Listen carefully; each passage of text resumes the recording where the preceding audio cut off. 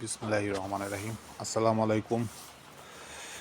আহ, আমার প্রিয় ভাই ও বোনেরা কেমন আছেন? আশা রাখি সবাই ভালো আছেন। আলহামদুলিল্লাহ আমিও ভালো আছি। আজ ইতালিতে আজ বৃষ্টি হচ্ছে। সকাল থেকে বৃষ্টি হচ্ছে, ঝিরি ঝিরি বৃষ্টি হচ্ছে।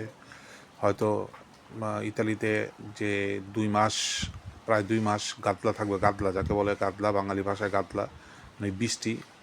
সেই সময়টা মনে হয় শুরু হয়ে গেল। বৃষ্টি পড়ছেই। আজকে এখন পর্যন্ত বৃষ্টি থামার কোনো নাম নেই। বৃষ্টি পড়ছে। দেখুন আকাশের অবস্থা, পুরো মেঘাচ্ছন্ন। মেঘ আর মেঘ, আকাশে পুরোই মেঘ। আর এখনও বৃষ্টি হচ্ছে। হয়তো এই বৃষ্টি কতক্ষণ পরে থামবে তা জানা নাই। হয়তো মানে ইতালির মৌসুমটা, মানে শীতের মৌসুমটার যে গাদলা, সেই গাদলাটা এখনই চালু হয়ে গেছে। হয়তো আজকে থেকেই সেই মৌসুমটা শুরু হয়ে গেল। এখন যে কদিন হয়তো 1-1.5 মাস এরকম বৃষ্টি থাকতে পারে, সম্ভাবনাই বেশি। সবাই দোয়া করবেন। আসসালামু আলাইকুম।